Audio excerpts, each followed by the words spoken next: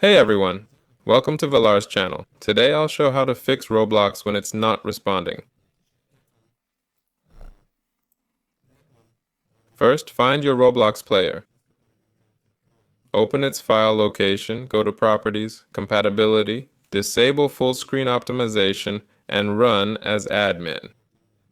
Click Apply and close. Next, check if you have the latest graphics drivers for NVIDIA or AMD. While that's loading, you can try reinstalling Roblox. To do this, go to Programs.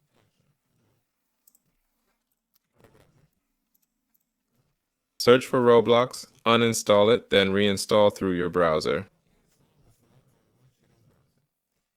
I see I have a driver update. Updating might help solve the problem.